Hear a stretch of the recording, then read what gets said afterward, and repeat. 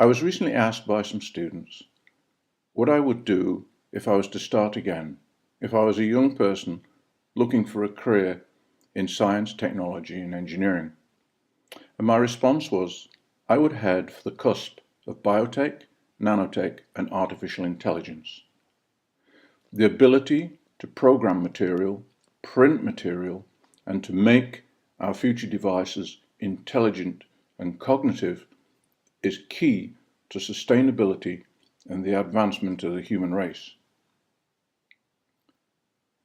I would therefore be studying mathematics and chemistry and biology and physics, but I would also be looking at the nanotechnology, I'd be looking at genetics, and I would be looking at proteomics.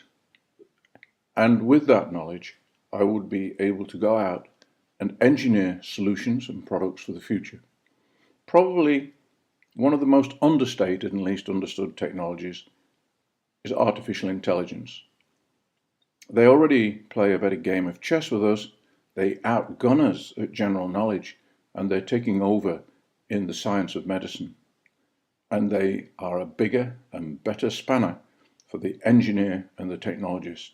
They are going to be vital for our toolbox, our very ability to understand the complexities of communication between genome and protein and problems of that nature are dependent on artificial intelligence. So that is where I would go. That is what I would do.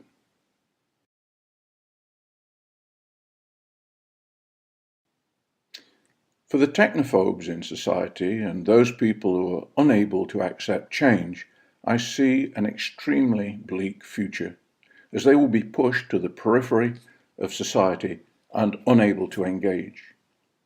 Can you imagine not being able to read and write? And now even worse, can you imagine not being able to use a mobile device, a browser, an email account, text, Twitter, Facebook, and all the other facilities that we enjoy? How would you gain employment? How would you generate the wealth necessary to sustain your family? How would you access the wealth of information that you now require to live a modern life? How would you continually update your education? And how would you keep healthy? It's inconceivable that you could actually survive in a very positive sense without the technology and without the ability to change.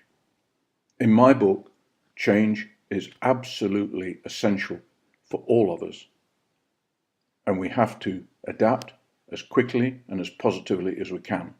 Otherwise, we will be sidelined.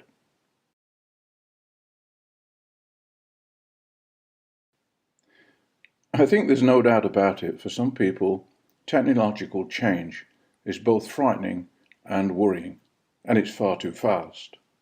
But overall, for the human race, I really think we could put our foot down on the accelerator a little more.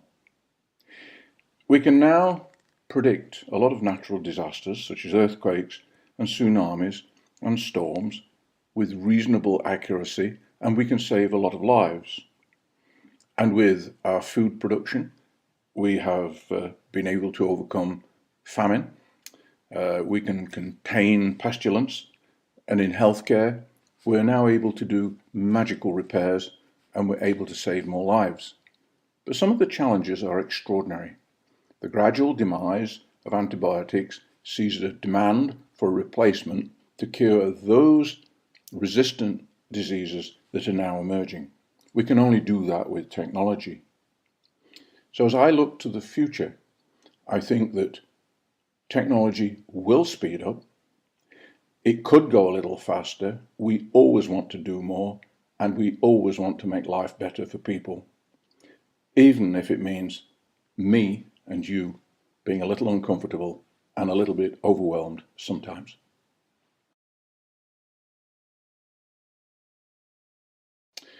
There seems to be little doubt that the technologies we enjoy today and those that we are producing for tomorrow will be fully capable of providing a sustainable future for the whole of mankind. The problem then does not lie with technology, but with politics and economics.